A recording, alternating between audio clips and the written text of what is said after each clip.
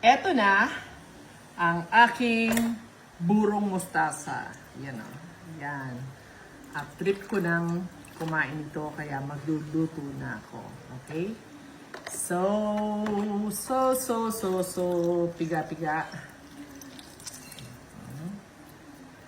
Huwag masyadong sobrang piga. Yung tamang piga lang para may sauce pa rin siyang konti.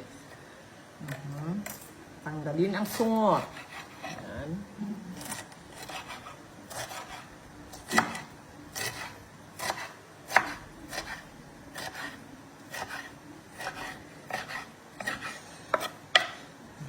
Back to me. Sa akin, balik mo. Yan. May bagong videographer. Si Ate Jo. Yan. Ang bago nating kasambahay.